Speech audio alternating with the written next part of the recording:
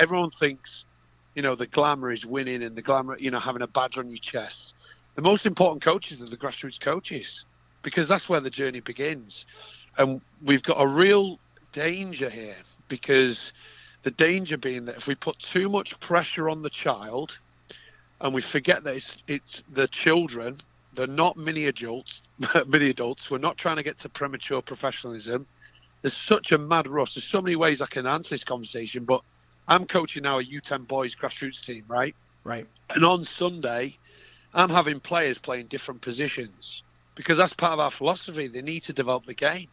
I'm ensuring that the kids are getting equal playing time and they're all playing minimum 50%, versus the coach who is playing against me in the league.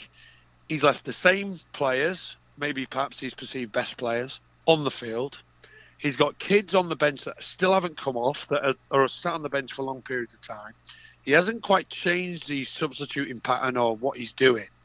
And he's obviously going to win. Now, the way we're trying to set the problems, and you see coaches go, shoot it. Parents are doing this as well. Not in the middle, pass, whatever. And they're saying all these things. They're taking away choice from the players. And by emphasizing on the win, yes, winning is important, but winning it with style is more important. Kids can learn through winning. There's no question of that. You develop confidence.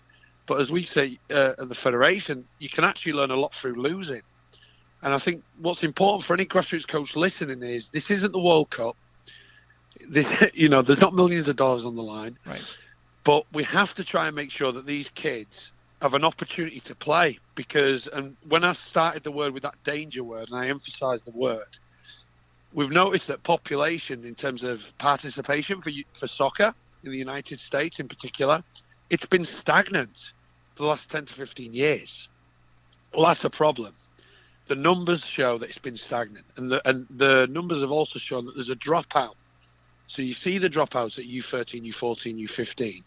We're actually, and I just came across a research study, last week I think it was, a 2019 study, that showed that there's kids dropping out as early as U10. Wow. U10.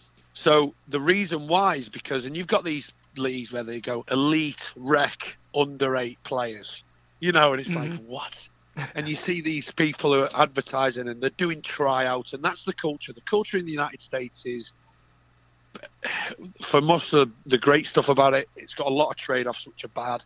It's emphasis on the team. So what's the first thing any coach will tell you, or the club will advertise on their website? How many state championships they've won. Yep.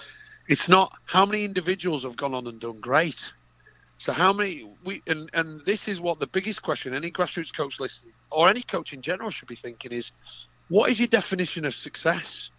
Because we're not working with a child who's, we're working with a child who's not an adult. That's the best way I can explain it. They're a child.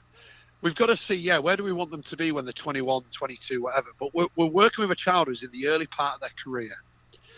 And we have to ensure that we develop that child with the love that we want to keep them playing the sport. Not that if it's too much pressure, or little Jimmy who's frozen like yesterday against the coach I'm playing against, and that kid doesn't play, that kid might never touch the ball again. We don't know.